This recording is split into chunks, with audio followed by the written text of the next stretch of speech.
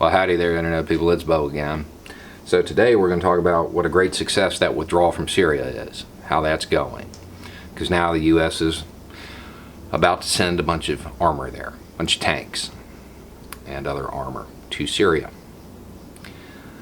to protect the Kanoko gas plant, more than likely. Yeah, so that's going great. The country we're bringing them home from, we're sending more troops to.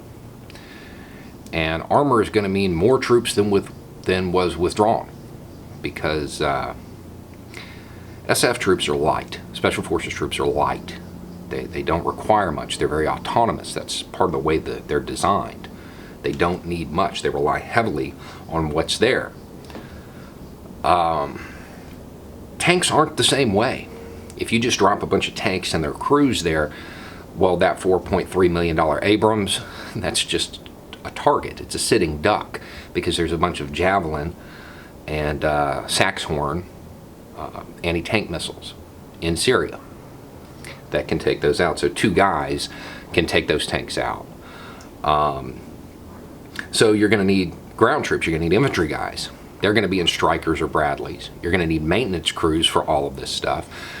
You're going to need supply guys for all of this stuff, because, you know, an Abrams, well, that takes a lot of gas, takes a lot of parts. You're going to need to run surveillance over the entire area, and that's going to require a different kind of group. You're going to need scout units. You're going to need guys to maintain the infrastructure, to make sure the bridges and so on can hold the weight of the tanks. You're going to need the drones to help run the surveillance, and because there are other state actors in the area, we don't deploy our armor without air cover. So we're going to need jets as well. Those may not have to be stationed in Syria. Those could probably be ran from Iraq, though. The rest of the stuff, it's going to have to be there. So bringing them home, no. We didn't de-escalate. We're putting more troops in. More troops than left. But at least the mask is off in this little Scooby-Doo mystery. We know what it's about now. Money. Same thing it's always about. The mask comes off and it's a bunch of rich old white guys trying to make some money and not caring who they hurt in the process. And the thing is, it's even going to be bigger than this. Because it looks like the goal is to kind of create a U.S. zone in northeastern Syria, because we're anti-imperialist. Anti-colonialist. And that's great. You know, that's fantastic. That's whatever.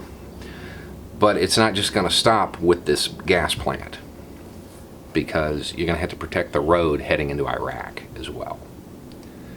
So all of these numbers they're projecting now, expect them to go up, because they're going to realize that if you just protect the plant, well, it doesn't do any good, because the second anything leaves, it becomes a target.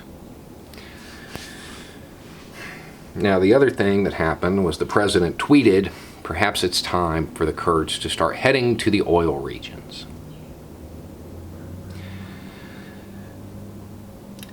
The president of the United States is complicit in attempting to remove an ethnic group from a geographic area by force. There's a word for that. There's a term for that. The force is the Turkish military.